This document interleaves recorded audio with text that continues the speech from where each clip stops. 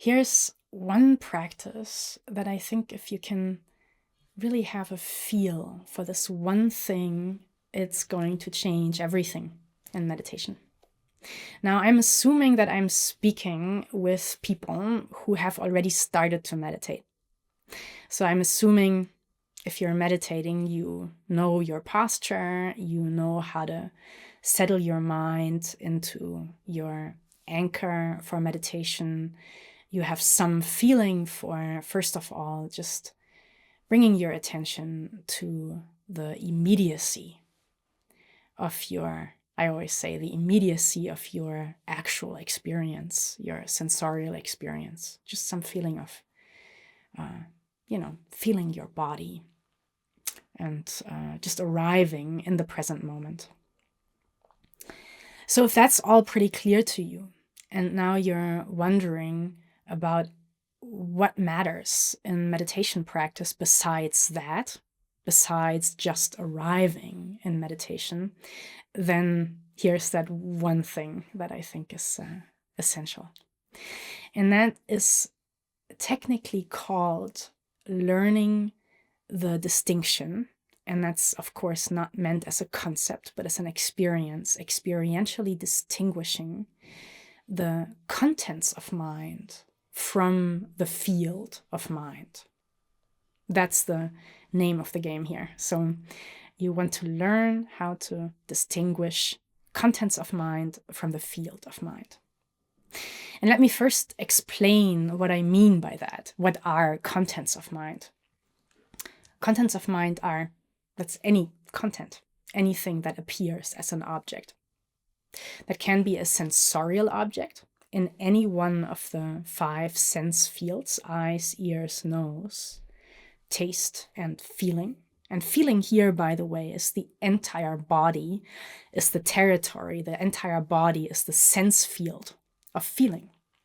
So in one of the 5 senses, there's objects in each sense field. Or also, which in Buddhism is the 6th sense, is the mind. So there's also the mind field and its objects or contents. And contents in the mind are obviously thoughts, for example, thoughts.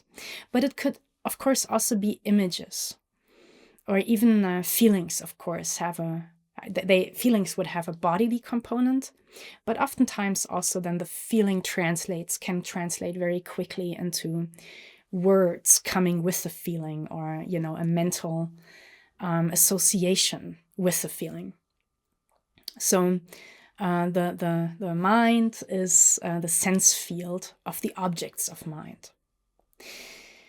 And then the third that I like to just put into a third category, just because it's like a more complex situation, is emotions are also contents of mind.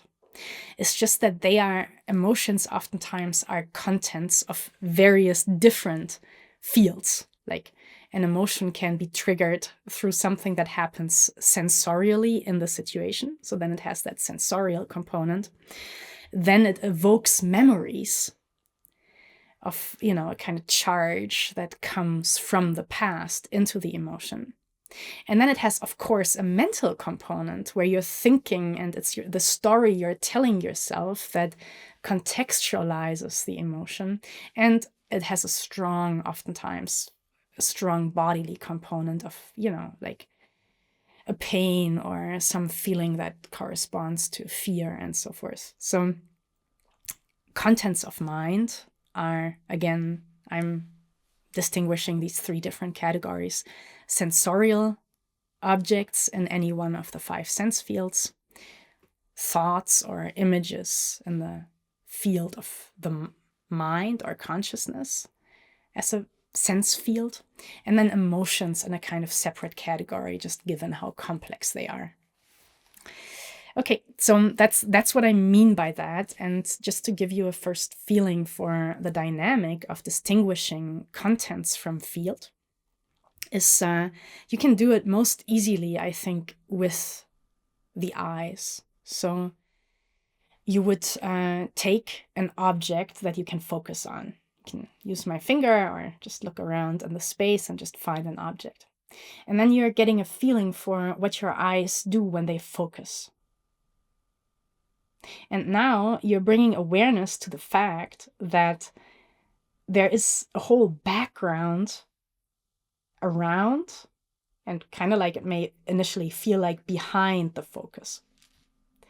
So the first step in having a feeling for what's meant by the field of mind is it's really basically the dynamic of focus and background.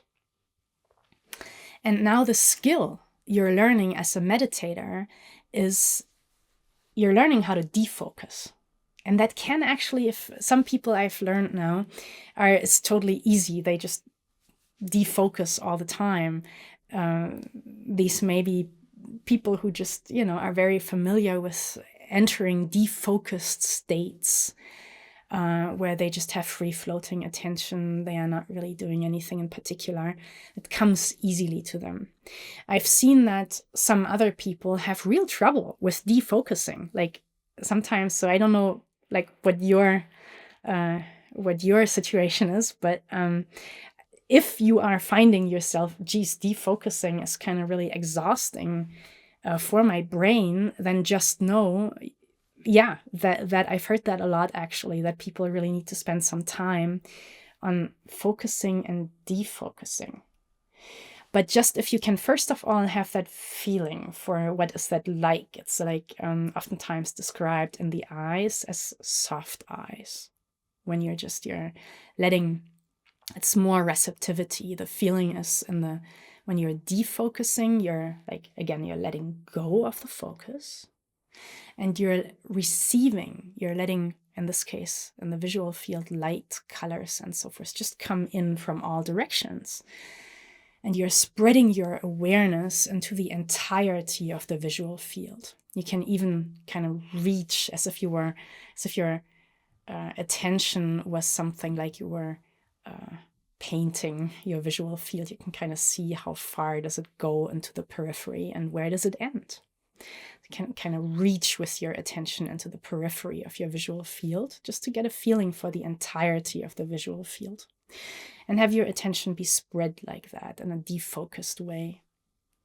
And just notice how, yes, within this, that now this I will call the visual field, and there are different objects in there.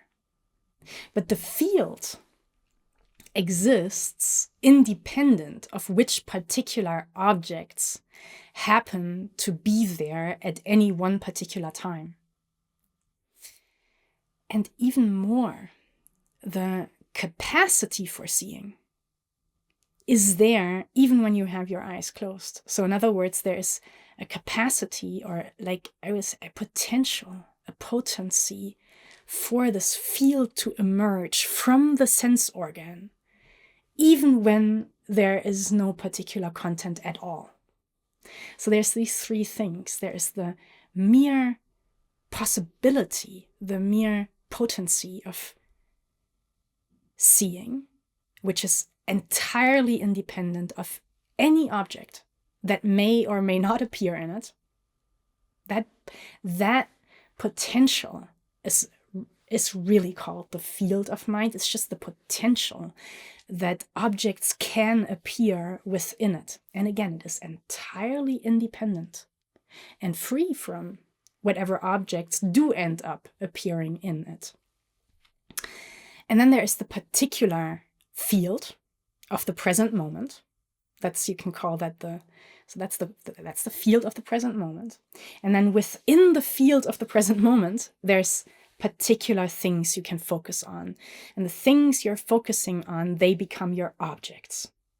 So again, there's focus, particular field of the present moment, and overall potentiality, which is like a wider field, entirely independent of the particular focus.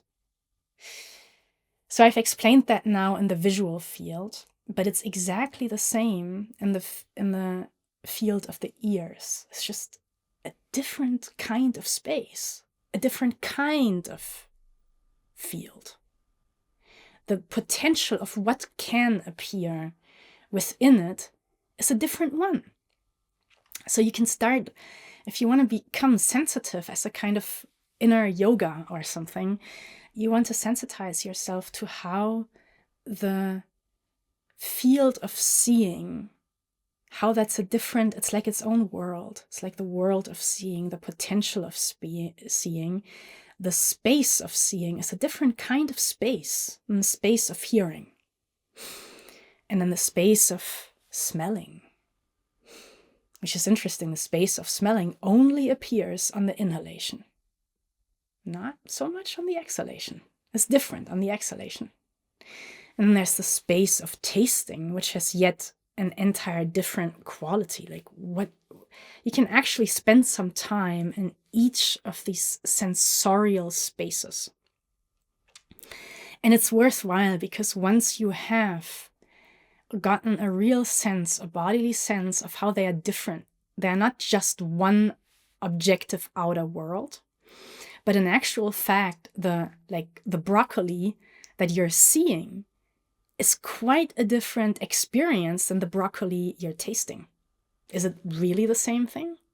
Not from a Buddhist point of view, because the experience of tasting is a completely different experience from the experience of seeing. So from that point of view, the seemingly same broccoli that's seen and tasted, these are two broccolis from an experiential point of view.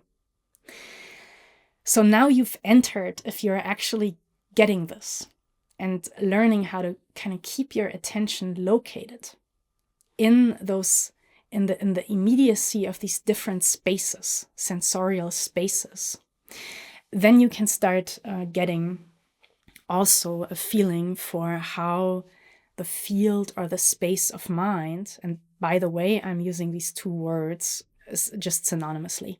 Field is just kind of like, for some people, field works better as a metaphor, but space is actually more accurate because it is at least, if not more, but at least three-dimensional, and it's more a bodily term. So in some ways, I prefer space.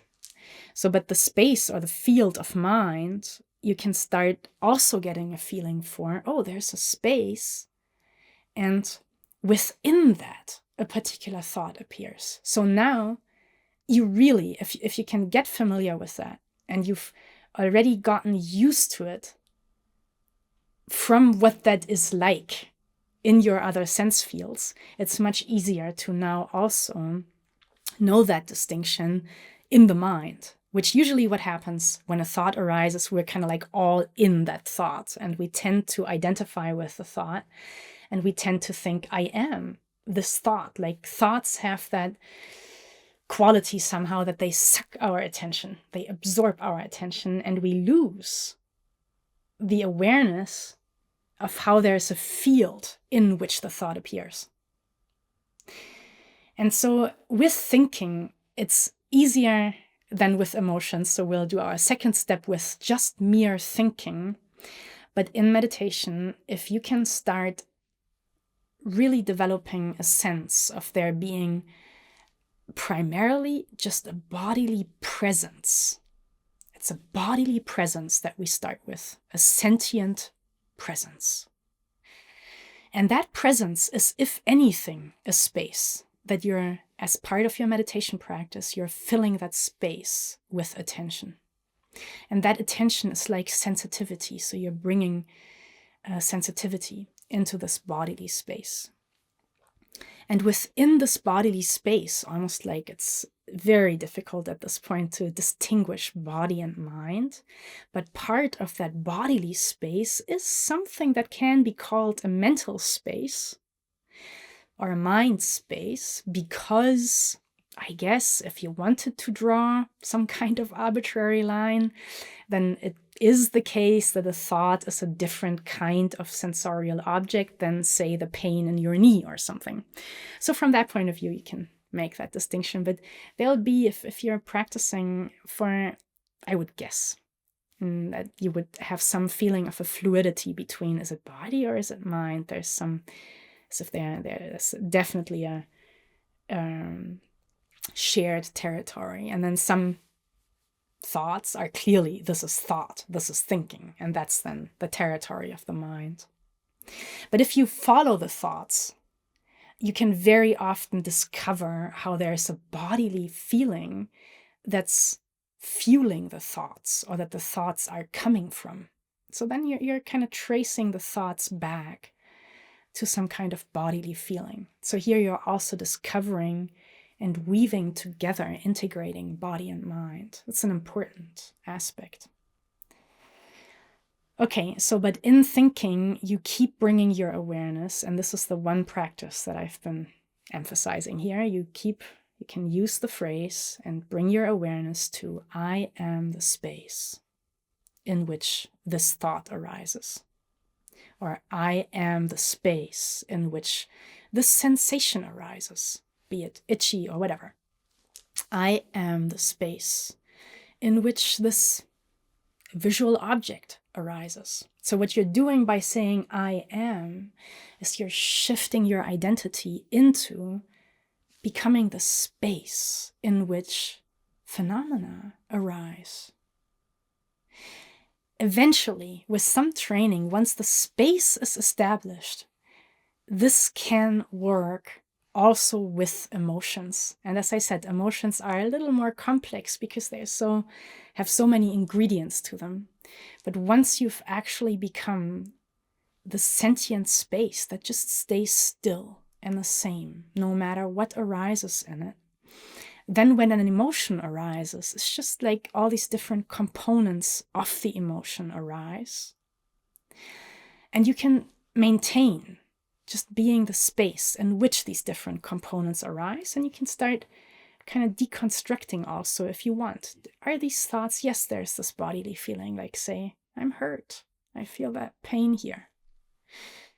But is the story I'm telling myself about that pain? Maybe I can not listen to it and just listen more deeply into the immediacy of the feeling itself.